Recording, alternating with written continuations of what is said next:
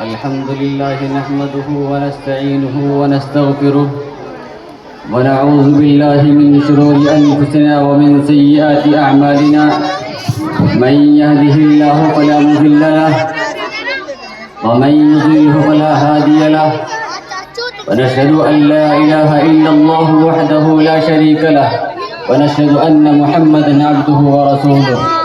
أعوذ بالله من الشيطان الرجيم. بسم الله الرحمن الرحيم. لقد أرسلنا رسلنا بالبينات وأنزلنا معهم الكتاب والميزان ليقوم الناس بالقسط. صدق الله العظيم. عزیزان محترم، اسٹیج پر رونق افروز علماء کرام اور سامعین جلسہ، آج کی اس پروقار مجلس میں مجھے کچھ باتیں کہنے کا حکم دیا گیا ہے. دعا ہے کہ اللہ تبارک و تعالی ہمیں صحیح کہنے اور سننے توفیق عطا فرمائے. میرے دوستو، اللہ تبارک و تعالی نے انسان کی ہدایت کے راستے یا طریقے صرف دو چیزوں میں رکھے ہیں. سب سے پہلا طریقہ انبیاء علیہ السلام کے قلب مبارک پر نازل ہونے والا کلام. اسی کے بعد خود انبیاء علیہ السلام جن کی باتوں کو احادیث کہا گیا ہے. میرے دوستو، اگر انسان قرآن یا وہ طریقے، وہ کتابیں جو اللہ تبارک و تعالیٰ نے نبیوں پر بھیجی یا اتاری ہیں، اگر ان پر صحیح معنوں میں عمل کر لے تو انسان صحیح راستے پر آ جائے گا. انسان گمراہی سے دور ہو جائے گا. وہ انسان جو گمراہی میں بھٹک رہا تھا، وہ انسان جو ہدایت کے راستے سے ختم ہو چکا تھا، اگر وہ صحیح معنوں میں قرآن کریم پر عمل کر لے گا، جب وہ کتابیں جن کو اللہ تبارک و تعالیٰ نے انبیاء علیہ السلام پر اتاری ہیں ان پر عمل کر لے گا تو انسان کامیاب ہو جائے گا. اسی کے بعد اگر وہ باتیں، وہ چیزیں جو نبیوں کو بھیج کر اللہ تبارک و تعالیٰ نے بتلائی ہیں، احکام جاری کیے ہیں، جیسے کہ موسیٰ علیہ السلام آئے تو صحف موسیٰ بھیجا. ابراہیم علیہ السلام آئے تو ان کو بھی ایک صحیفہ دے کر بھیجا. ایسے ہی حضرت آدم علیہ السلام آئے تو اللہ تبارک و تعالیٰ نے 30 صحیفے نازل کیے. ہر نبی کے ساتھ کچھ نہ کچھ صحیفے، کچھ نہ کچھ چیزیں، کوئی نہ کوئی کتابیں نازل کی ہیں. میرے دوستو، اسی کو اللہ تبارک و تعالیٰ نے قرآن شریف میں فرمایا ہے، وَالَّذِي بَعَثَ فِي الْأُمِّيِّينَ رَسُولًا مِّنْهُمْ يَتْلُو عَلَيْهِمْ آيَاتِهِ وَيُزَكِّيهِمْ وَيُعَلِّمُهُمُ الْكِتَابَ وَالْحِكْمَةَ. کہ وہ ذات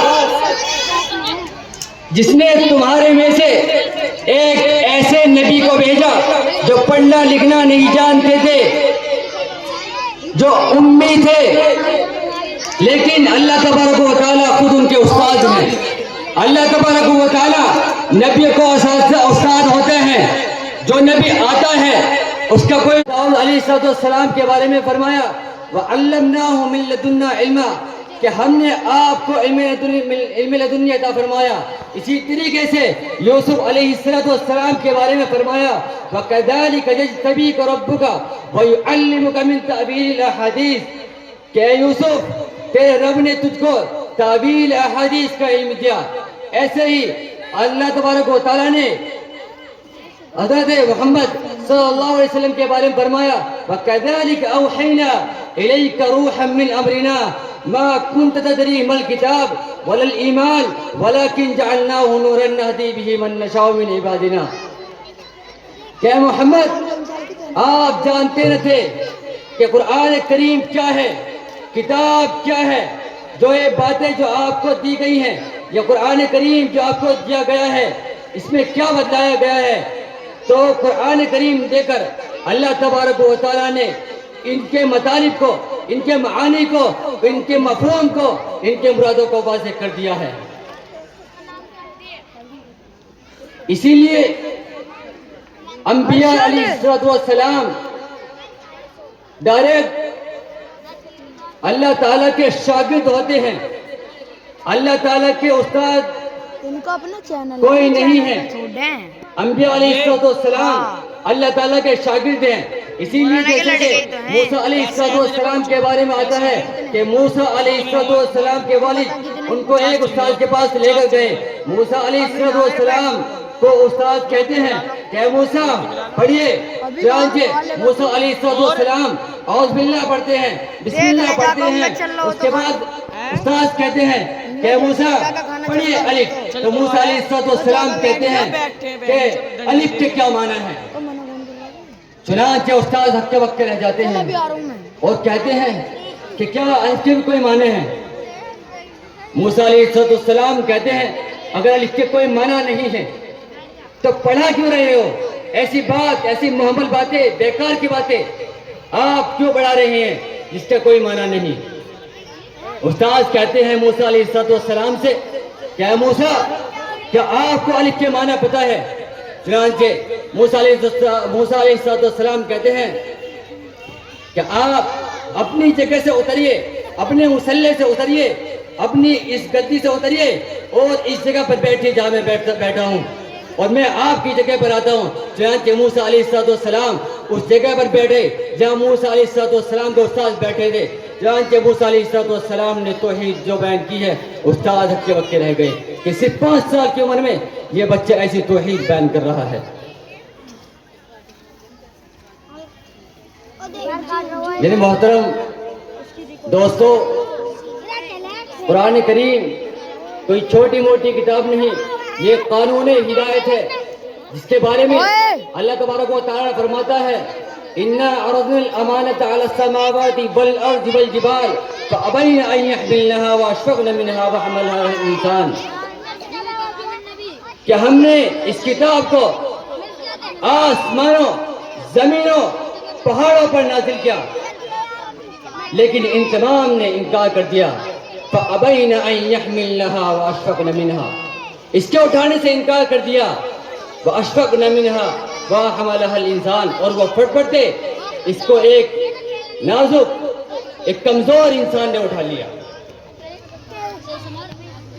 اسی لیے آگے کہا گیا ہے لو انزلنا هذا القرآن على جبل لرأيته خاشعا متصدعا من خشية الله، کہ اگر یہ قرآن آسمانوں پر، زمینوں پر، پہاڑوں پر نازل ہوتا تو وہ پھٹ پڑتا، وہ ریزہ ریزہ ہو جاتا. چنانچہ اللہ تبارک و تعالیٰ نے اس قرآن کو ایک انسان پر اتارا.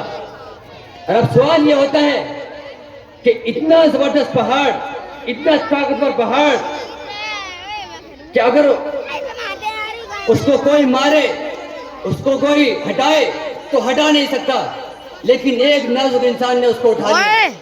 سوال یہ ہے تو انسان کا دل، انسان کا دماغ، انسان کا کلیجہ پھٹ کیوں نہیں جاتا؟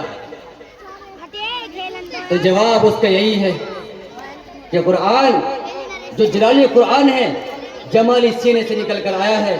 اسی لیے قرآن جس سینے میں چلا جاتا ہے نہ وہ پھٹتا ہے، نہ وہ ریزہ ریزہ ہوتا ہے، بلکہ وہ اسی حالت پر جو قدور رہتا ہے. یہ قرآن کوئی نازک کتاب نہیں، کوئی آسان کتاب نہیں. اسی قرآن کے بدلے میں اگر کوئی شخص کسی بچے کو حافظ قرآن بنا دیتا ہے، آپ برابر سنتے ہیں کہ ایسے 10 آدمیوں کو جنت میں لے جائے گا جس کے اوپر جہنم واجب ہو چکی ہوگی. محترم بزرگوں، اس قرآن نے بے شمار لوگوں کے حالات بدلے ہیں، زندگیاں بدلی ہیں.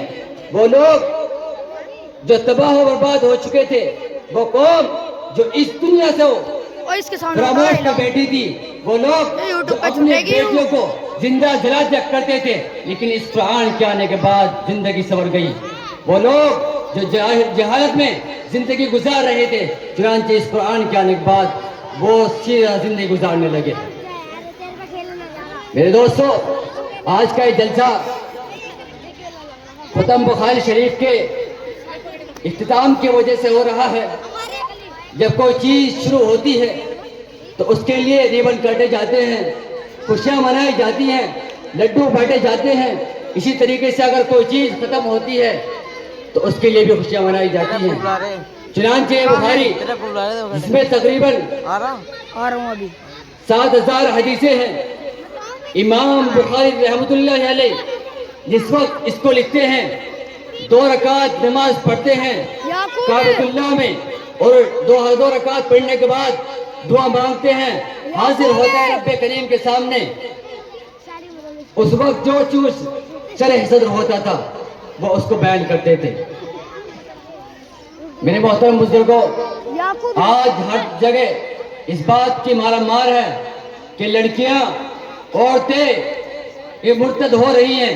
ارتداد کا جو ہے بہت زیادہ پھیلاؤ ہے. مولوی امسال کا یہ یقیناً اس کی وجہ کیا ہے؟ ہم اپنے بچوں کو، اپنی اولادوں کو، اپنی نسلوں کو صحیح تعلیم نہیں دے رہے ہیں.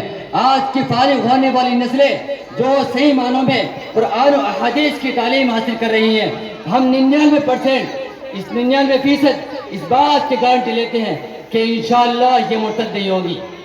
آج ارتداد کا پھیلاؤ جہاں بڑھ رہا ہے تو صرف اور صرف اس وجہ سے ہے کہ ہر جگہ جہالت ہے.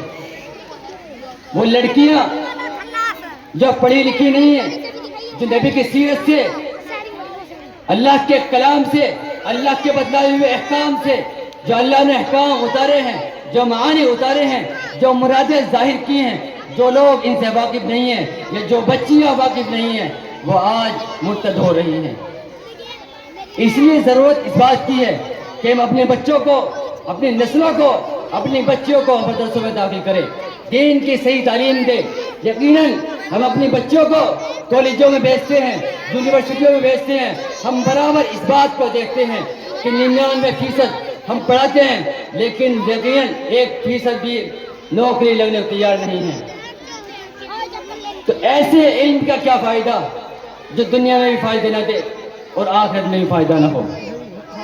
یہی وجہ ہے کہ جب کوئی عورت یا کوئی بھی انسان باہر نکلتا ہے، دنیاوی زندگی کو دیکھتا ہے تو وہ رنگ برنگ کے ماحول میں گھل جاتا ہے اور اس کو وہ چیزیں اپنے دل میں کر لیتا ہے اور وہ چیزیں اس کے دل میں گھر کر جاتی ہیں. یہی وجہ ہے کہ ارتداد اتنا پھیل رہا ہے. میرے دوستو، تو ضرورت اس بات کی ہے کہ ہم اپنے بچوں کو جو اسکولوں میں، کالجوں میں بھیج رہے ہیں، یقیناً بھیجیے، لیکن ہم ان کو دینی تعلیم سے آراستہ کریں، دینی تعلیم سے ان کو مزین کریں تاکہ وہ غلط فہمی سے دوسری غلط چیزوں میں نہ پڑے. دعا ہے کہ اللہ تعالی ہمیں ان باتوں پر عمل کرنے کی توفیق عطا فرمائے. وآخر دعوانا الحمدللہ رب العالمین.